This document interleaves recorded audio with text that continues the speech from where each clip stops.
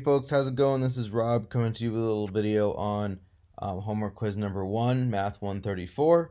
In this video, I'm going to talk through the problems on this quiz, including some things that you probably hopefully find valuable. We did recap this in class afterwards, but I thought it might be helpful if you want to go back and kind of go through the problems one at a time to have access to this. Especially because, believe it or not, our first midterm is coming up in a couple weeks. All right, so first question, basically, everyone got this one. I just wanted to make sure everyone's read the syllabus and understands the policies. I am, again, pretty, rigid in terms of the attendance policy for this class, especially as I explained, we do so much in every class, and every class accounts for so much of the overall content that it's really important to come to every single class. So please make sure you've read my attendance policy, and please make sure you reviewed the university's policy.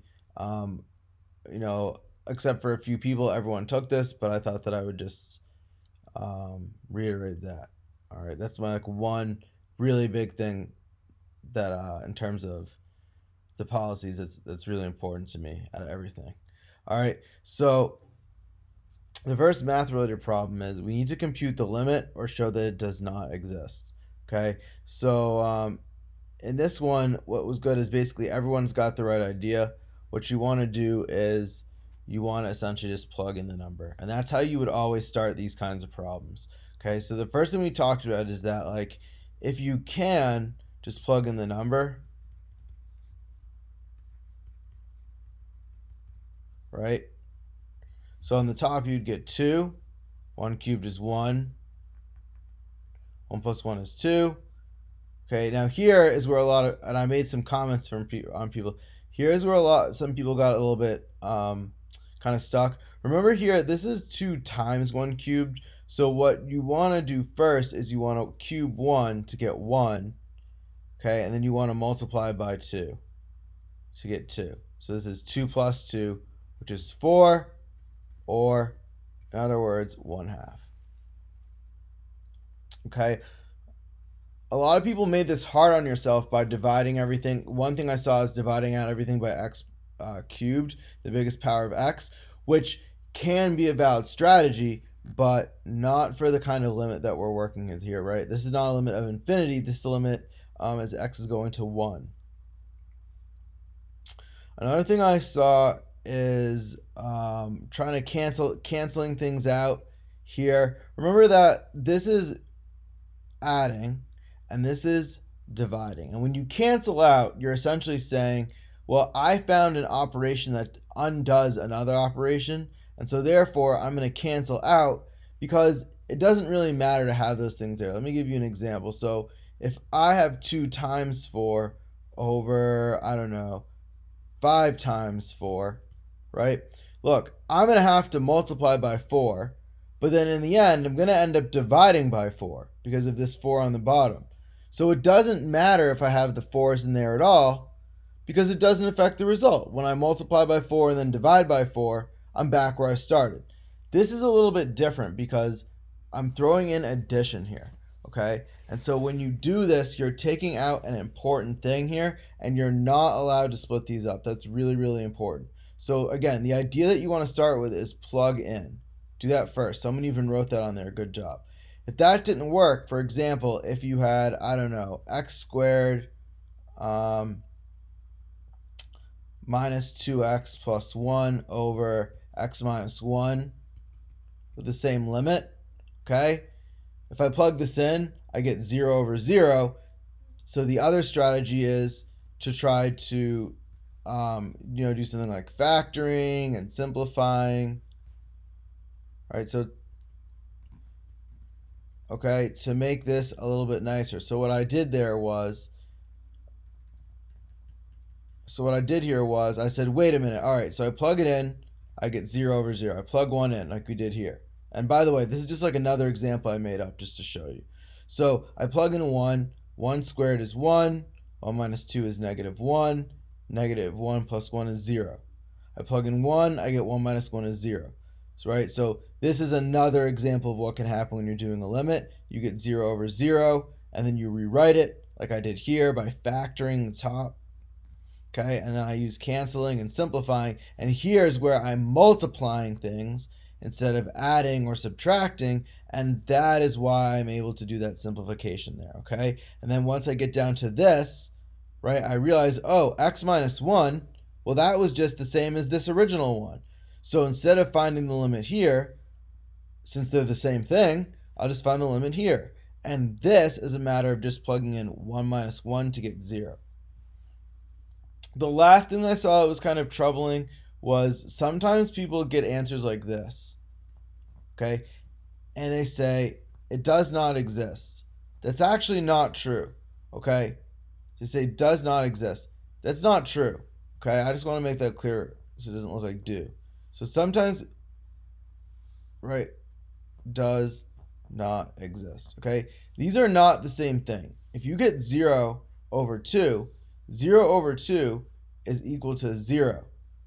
Okay? That is a number. Just because you get getting 0 is an acceptable answer. Just like saying that there's no such limit, does not exist, is also an answer sometimes. In this case, I think you're mixing up 0, 2 with 2 over 0. This might be a scenario where the limit doesn't exist. For example, 2 over x. As x approaches 0 from the left, okay, it's negative. So we're going down to infinity because it's a positive over a negative. Okay, so it looks like this. But then as it approaches 0 from the right, well, look, it's positive, right? X is positive on the right. So what we get is we get a positive over a positive, which is a positive. So you can see, and this is an example of how 2 over 0 does not exist at 0 because the limits are going in the complete opposite directions. So, all right, so there's different scenarios where limits exist and what to do, right?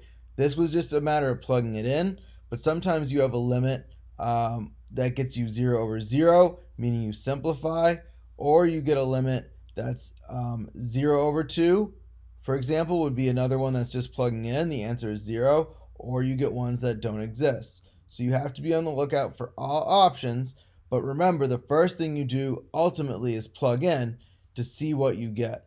Okay, because in this case, that's all you had to do. And if you just get a number by plugging in, you're all good to go. Okay, so please make sure you understand what I did in that problem. Remember, the only one that was on the quiz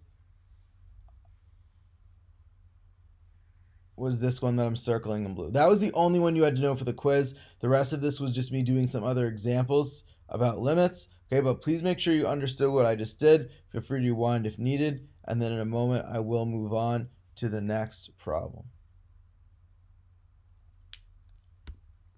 All right, so the other problem that we did, and I really recapped this one in class. So the oxygen content as a percent T days after organic waste has been dumped into a pond is given by this function here. Okay, so the percent at a particular time T is equal to this. I want to use the IVT to show that at some point, the oxygen content had to have been 80. Now, notice some point, when I say some, it means it really kind of like, I don't want to say it doesn't matter, but it doesn't matter like when. I don't care when. It just has to have been at some point, right? I'm not saying like, when did it hit 80? That would be a really hard problem to do. I'm just saying, show that it has to have been that at some point, okay? And so this goes back to the intermediate value theorem, and the intermediate value theorem concerns continuity, okay? And so continuous functions, like we learned, are functions where you can really graph the whole thing without ever picking up your pen. And that is because for any given value of x in its domain, it is defined, okay? It has a limit, and the limit is at that point, and the limit is the same thing as if you had just plugged in the number. So let me give you an example. I'm not saying this is the function we have here, but let's say we have this function, and it goes from this is x is 0, maybe this is x is 10, okay? This is a continuous function. If I choose any point along this curve, let's say this point right here, right? It has a clearly defined y value, right? This is like an x and a y. as a clearly defined y value that I can get from just plugging it in.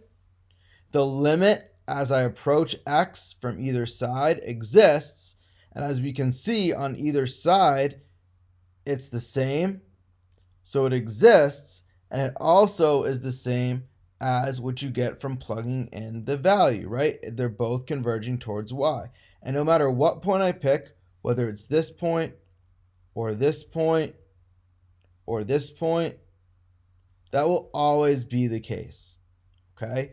So what the intermediate value theorem tells us is that if there's a point where the function reaches this value here and a point where the function reaches this value here, because I have to keep my pen down to essentially graph the whole line, I have to hit every single y value at some point in between the beginning and the end, right? So in other words, it's 100 at the beginning, it's 60 at the end, and so somewhere along this point between 0 when x is 0 and when x is 10, it has to have hit 99, 98, 97, 96, etc. And think about it, that kind of makes sense, right? Like, let's say that I got down to like a 90. Okay, this is not drawn to scale at all. Let's say I got to, and I'm like, I don't want to hit 90.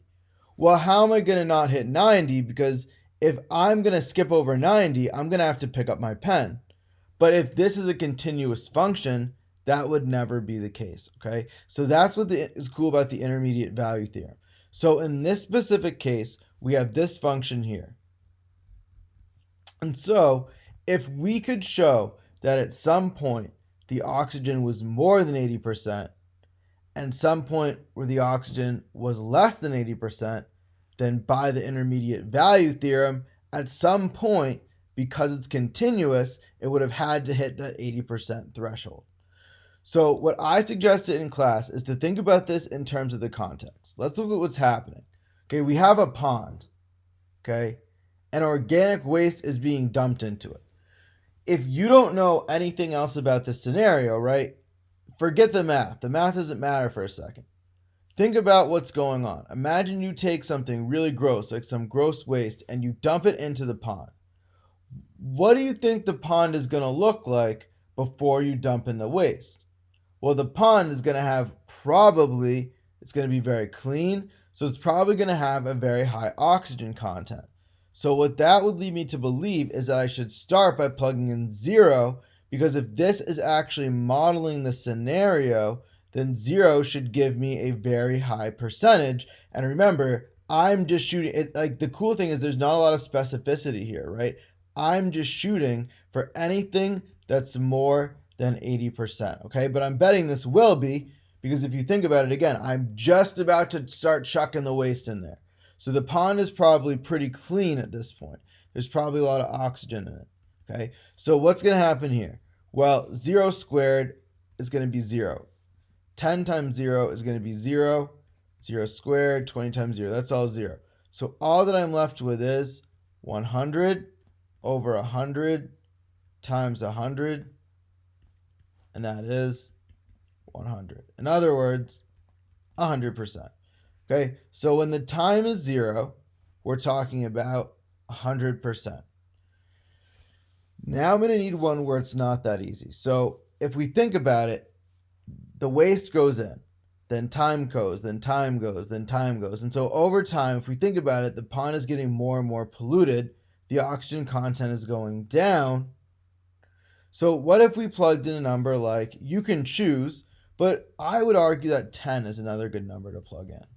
Okay, so I get 10 squared plus 10 times 10 plus 100. 10 squared minus 20 times 10 plus 100. Because think about it, right? I'm not giving you a calculator. So if I don't give you a calculator, I have to assume that you're not going to need a calculator to do the problems. Think about it like that. So I have 100. Well, this is 100. Let me do this in just another color so you can differentiate here. This is 100. This is 100. This is 100. And I believe, should that be a plus on the bottom? It should be. And this is 100. This is 200. This is 100. Okay? So 100 plus 100 plus 100. 100 plus 200 plus 100. We know that this is the same as 3/4, right? 300 over 400. So this is 75, okay? So here's an example. So at 10 seconds, 75, or 10 days rather, 75%, 0 days, we were at 100%. So what we know is that sometime between 0 and 10, and I didn't include 0 and 10, right? Because we know that we can clearly see it wasn't 80 at 0, it wasn't 80 at 100. If we could have just found that, then we were good. But somewhere in between, because it's 100, we're going to draw this graph again. This is like a interesting one here. So at some point, it was 100 here, and then later at 10 seconds, it was 75. So no matter how we try to draw this graph, at some point, in order to get to 75, right? If you imagine this like invisible barrier, if you imagine this invisible barrier at 80, no matter how hard we try, at some point, we're going to have to cross the barrier, because the only other way to do that is to pick up our pen and move it over. But we can't do that because this is a continuous function, okay? So that's how you do that. So please make sure, and by the way, there was a lot of numbers, before I say about moving on, there's a lot of numbers you could have chosen other than 0 and 10, okay? But the idea is you have to show me that there's some input where I'm more than 80 and some input where I'm less than 80. And so therefore, between those two inputs that you found, the IVT, intermediate value theorem, says the function must have reached a value of 80%. Okay, so please make sure you understood what I did here. I really highly recommend, because the intermediate value theorem is very important and will come up later on in the course. I would really highly recommend that you review the intermediate value theorem in section, I believe, 9.2, because it's really, really important, and the ideas behind continuity are essential and will continue to come back up throughout the semester. Okay, so please make sure you understood what I did here. Pause, and rewind if needed, and then in a moment I'll move on. Okay, so I hope you found this video to be informational. Please make sure, I really highly recommend that you send me questions, okay? So you can reach out to me anytime at robert.moray@umb.edu. So feel free to reach out to me and send me questions. I love when people send me like pictures of their work. So if you send me pictures of your work, I can send you back comments to help push you forward. The more like you can do stuff like that, because me as a visual person, I can give you better feedback that will help you in between the sessions. Saturday sessions, believe it or not, are a big commitment. When we meet once a week, a lot's going to happen and it's going to seem like it's going fast. So the more you can do to give me opportunities to support you throughout the week, I think the more successful you will find yourself in this class. All right. So again, please feel free to ask me questions anytime, an email or in person or whatever. I'm always here to help. And don't forget, in the end, you can do it. All right. Thanks for watching. Have a wonderful day. And don't forget to love math.